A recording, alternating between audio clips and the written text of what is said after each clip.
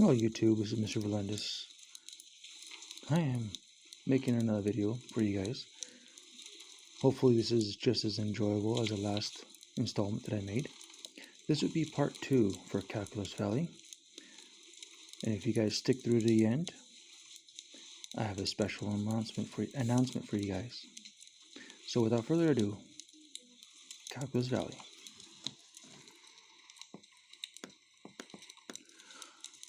Mordelem knew something had gone sideways. What did he do now? He stood up and started to make his way to the ale pitcher. The company that your son, Ciaran, had fallen in with. He paused, knowing the temper of Mordelem. The one you asked us to watch. The soldier became nervous. Sedina was getting annoyed with the cliff-hanging statements. It was news about her brother, and she wanted to know. Get on with it. Spit it out. She clenched her right fist. We found his camp destroyed. All were killed or drug off. He pulled out a leather hat of Ciaran's. Bloody and ripped, it laid in his hands. Sedina was angered at what she was hearing and seeing, crossed her arms. She internally refused to believe that her brother was dead. Injured, yes, but not dead. He is too stubborn to die. She looked at her father, who still had his back to them. He was hurt. She knew and could feel his pain. Ardelwain, what men can we gather to go out look for him? Ardelwain straightened up, looked towards Mordelem, and then back to Sedina.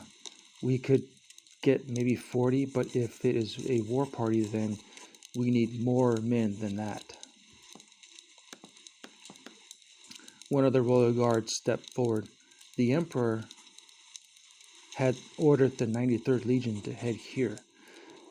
It has a lot of your kin in the ranks. It is commanded by your brother, Sedina, Dristan. Sedina knew this would not be good news for her father. There was bad blood between them. She noticed her father straightened up to address the royal guard. But before he could speak to this, Sedina said, When will they arrive? Soon, I hope. The royal guard moved towards the table. They will most likely arrive in the morning. Dristan had forced-marched them from Castle Orleans. He could feel the tension rise. If you go now to look for Ciaran, it will be in the dark. The sun is now set. He looked to the map. This is Orklands, and they like to attack at night when you least expect it. Leave what men you have here and wait for the 93rd. Sedina looked past them to her father, who stood still. His expression was more of anger than sadness. He acted the same way when the news of mother's passing had come, and now his not-so-favorite son is returning. After 40 years of not wanting anything to do with them, he will be arriving in the morning. Father, are you okay? She knew her father's body language. What do you want us to do? Mordelem weakly motioned with his hand that he was fine. We should wait. The 93rd could send a cohort or two out looking for Ciaran.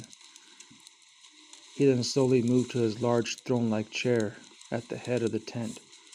Leave me. Sedina turned, leaving the tent, walking out into the common area. She was frustrated that her father didn't act, and time was of the essence. She was mad at her brother for joining up with that group. She was mad that no one told her that he had left. They were close ones. They shared stories. Why did he just leave and join up with strangers? Family is all he needs. Sedina, a voice from behind her broke her train of thought. She spun around to see Ardaline standing there with hands up. She had been walking, rubbing her fingers together till it was a bright light. She shook her hand, disarming the spell. Then she went to his arms. "I'm sorry. I am angry and very disappointed." "It is okay. When I left your father, he was brooding, and he kicked everyone out." He looked back. The guards even closed the flaps on the tent so no one can enter. Turned his attention to Sedina. "Whatever you are thinking, I'm going with you." A guard that was never too far away stepped in close. "Miss, I cannot in good conscience let you go out without knowing where you're going. I will come along," he said, looking at both of them.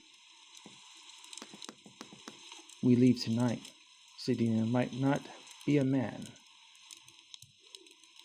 but she is going to keep the family together, or die trying." Her father was getting older, and it was getting harder for him to leap into action. She might not be able to take over the clan as leader, but she was going to make sure that her brothers were able to when the time came. If it meant going to save them from enemies, so be it. Sedina packed light, with the necessities for overland travel. Her horse could carry more, but Sedina worried that it would slow the horses down. She garbed herself in light leather armor, short composite bow, and her father's sword. Ardaline, Sedina, and the guard left in the middle of the night, not wanting to wake her father or anyone of the camp. Sieran's makeshift camp came into view just as the morning suns began to rise. "My lady, there it is," the guard said. Anxious to find her brother and give him a good scolding, she kicked the horse into a run. Ripped tents and supplies strewn across the ground. Fire embers in the camp were cold. 5 of the 8 that had come here were dead, cut and impaled on spikes. This was Orc lands, and they wanted the Huskin clan to know it.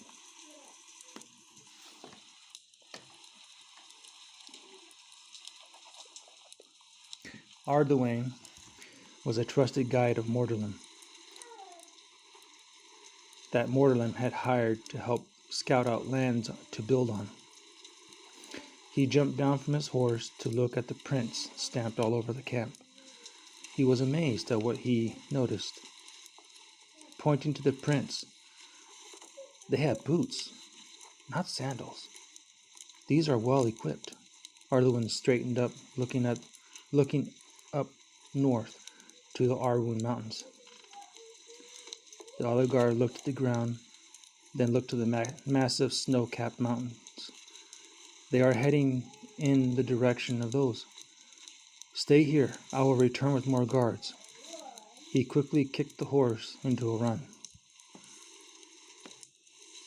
Both Ardaline and Sedina watched the guard ride off into the west, heading to the very distant camp lights in the night horizon.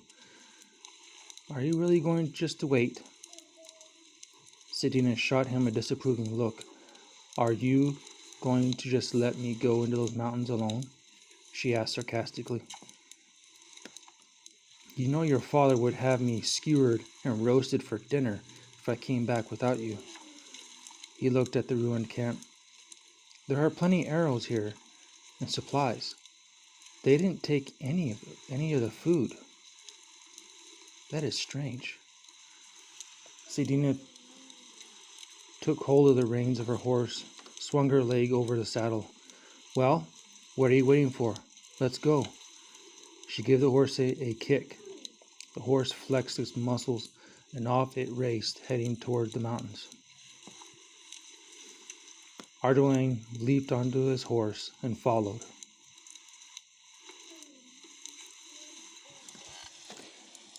Well, I'm going to stop there. Kind of a cliffhanger, but I'm approaching 10 minutes, and I don't want to bore you guys too much, so I'm going to try to keep these videos 10 minutes or so. But if you guys stuck to it this far, thank you. I do appreciate it. And as a note for the channel, I am planning to do a giveaway once I reach 200 subscribers. And as of right now, I am 15 subscribers away. And I do plan to give away to 3 winners some swag that I have made, and to celebrate me reaching 200. So if you guys like this video, please subscribe, comment below, and we can chat. Thank you, and as always, guys, stay being creative.